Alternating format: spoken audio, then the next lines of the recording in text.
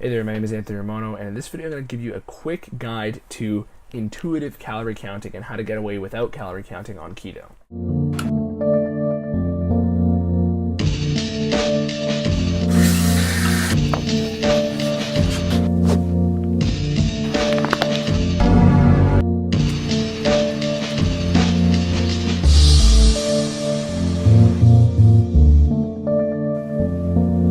So I have a video that dives into more detail on calorie counting on keto, but the general gist of that one is if you want the best results, count calories and do keto.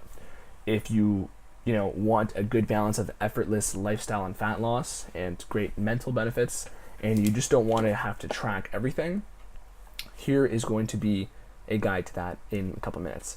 So basically, when it comes to your energy sources, okay, people will tell you to go high fat on keto. You don't necessarily have to do that. Your macro ratio doesn't have to be 80% fat. There's no magic ratio that's going to kick you out of ketosis or get you into ketosis. All that matters is that you're not eating carbs, and from there you can dial up or dial down the fats basically to your energy needs, and dial up and dial down the proteins basically due to how much muscle mass you have and if you want to grow or maintain. So if you're in a calorie deficit, you're obviously going to increase your fat loss. However, keto also dramatically reduces your insulin, and because of this, you're also experiencing a lot of benefits of fat loss and preventing fat storage. So when it comes to calorie counting and making this easy, really, technically, the easy strategies would be to avoid snacking and eating foods that you can overdo your calories for. So overdoing the grabbing a handful of almonds, or measure only the foods that are going to be snack foods that you're going to find it easy to overdo your calories on. From there, if you're eating the same few meals a day, so keeping a routine, it's also going to be easier. So I have a free keto meal plan you can check in the description, which will give you a good routine from where you can some days eat more, eat less. Maybe you can count some days basically to see if what numbers of calories jive well with your body, right? Because as long as you've at least counted one day out of the week, then from there you'll kind of have a sense of what calorie level is going to be optimal for your energy needs. And you'll probably, even if you only want to count one day a week, that's the easiest way, because from there you're going to know what intuitively feels like 2,000 calories. You're going to intuitively know, shit, I think I hit closer to 3,000 today. Okay?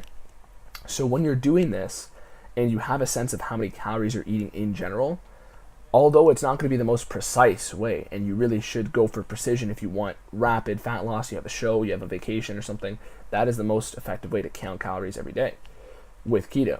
But when you want just, no deadline in place and you just want to lose fat and get in good shape and enjoy the lifestyle, from there, you're going to benefit greatly by counting once a day maybe, and from there, gaining that sense of when you're over and when you're under. And from there, maybe only count, maybe not even once a week, but maybe just count whenever you're snacking, and you eat the same meals throughout the rest of the day, and then from there, count just what you're snacking, so that you make sure you don't overdo it. Because the difference between 5 almonds and 15 almonds is a couple hundred calories. So you really got to be careful with some of the fat snacks. People will say that fat has 9 calories per gram, and this is true, so you have to be careful. But at the same time, 9 calories per gram means that fat is a more efficient fuel. If something has more fuel, so energy per gram, that means it's more effective, it's higher octane, and it's going to do miles more for your body. So even though snacking is something you want to avoid, performance-wise, you can benefit from more fats. So overall, keep a routine, count only your snacks, or count once a week. Use MyFitnessPal, it's a great app, that's the one I use. Or you can follow a routine that I've made in the description. So example for that routine, right? Or any routine where you have several meals. I've made that routine so it caps out at around 2,000 calories, but you can dial it up and dial it down based on your calorie needs. So maybe count for one day while you do that, see what the meals you've selected from that meal plan will leave you at, and from there you can basically intuitively decide to eat more or less snacks that are on the meal plan. So hopefully this gives you some clarity onto intuitive calorie counting and how to get away without calorie counting fully on keto. But at the end of the day, the most effective strategy is going to be counting them fully. But if you don't have a deadline, there's really no need to do it entirely. So hopefully this gave you some clarity. My name is Anthony Romano. Thanks for watching this video. Leave me a comment. I'll answer you. And at the same time, if you wanted to join my 60-day keto transformation challenge, free plans in the description to go along with that and possible prizes. Thanks for watching. Peace.